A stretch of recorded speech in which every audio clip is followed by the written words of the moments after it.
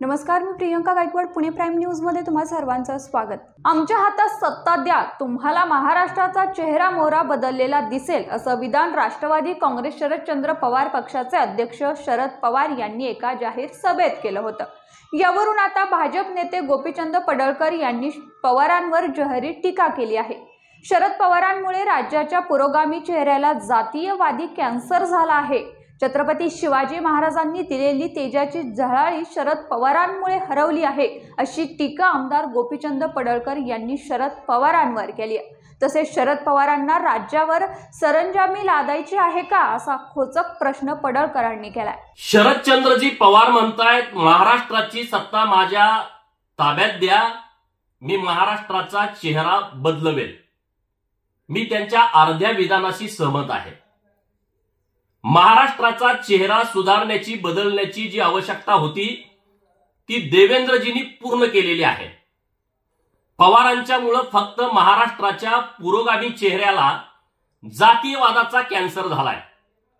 50-60 वर्ष पवारांच्या हातामध्ये महाराष्ट्राची सत्ता होती, त्यांनी फक्त आणि फक्त महाराष्ट्र लुटायचं काम केलंय। छत्रपती शिवाजी महाराजांनी जी महाराष्ट्राला, हिंदुस्थानाला जी तेजाची झळाळी दिली होती ती या एकट्या पवारांच्या मुळे हरवली आहे। छत्रपती शिवरायांना अपेक्षित असलेला महाराष्ट्र, जो 18 पगड जातींचा, 12 बलुतेदारांचा, तो 50 वर्ष फक्त पवारांनी स्वतःची प्रायव्हेट लिमिटेड कंपनी म्हणून चालवला। Pawar and Pawar private limited company, आता पवार आणि सुळे प्रायव्हेट लिमिटेड कंपनी। जाती जातीमध्ये वाद लावायचा, जाती जातीमध्ये झुंजवत ठेवायचं आणि प्रस्थापितांची घरं भरायची। आणि म्हणून याला कंटाळून महाराष्ट्रातल्या लोकांनी 2014ला परिवर्तन केलं। पवारांचा जो महाराष्ट्रामध्ये शासनकाळ होता, तो शासनकाळमध्ये इतिहासाची काळी कुट्ट पानं होती।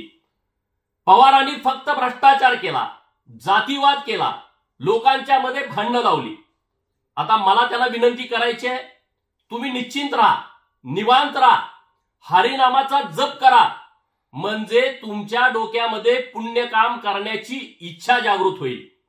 आदरणीय देवेंद्रजींनी 2014 ते 19 आणि आता एकनाथ शिंदे आणि देवेंद्र फडणवीस साहेबांनी महाराष्ट्राला देशामध्ये परकीय गुंतवणुकीमध्ये नंबर 1 ला आणलाय।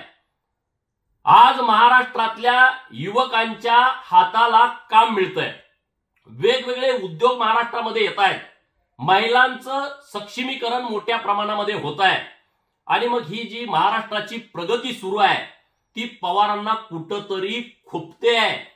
आज इतका आश्वासक चेहरा महाराष्ट्राला मिळाल्यानंतर तो बदलवून पवारांना महाराष्ट्रामध्ये जातीवाद निर्माण करायचा आहे का?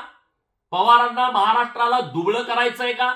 पवारांना या महाराष्ट्रामध्ये जाती जातीमध्ये झुंजवून महाराष्ट्राची जी व्यवस्था आहे ती डिस्टर्ब करायची आहे का? दलित, ओबीसी यांच्यावरती नव्यानं वाद अन्याय करण्याचा अध्याय घालायचा आहे का?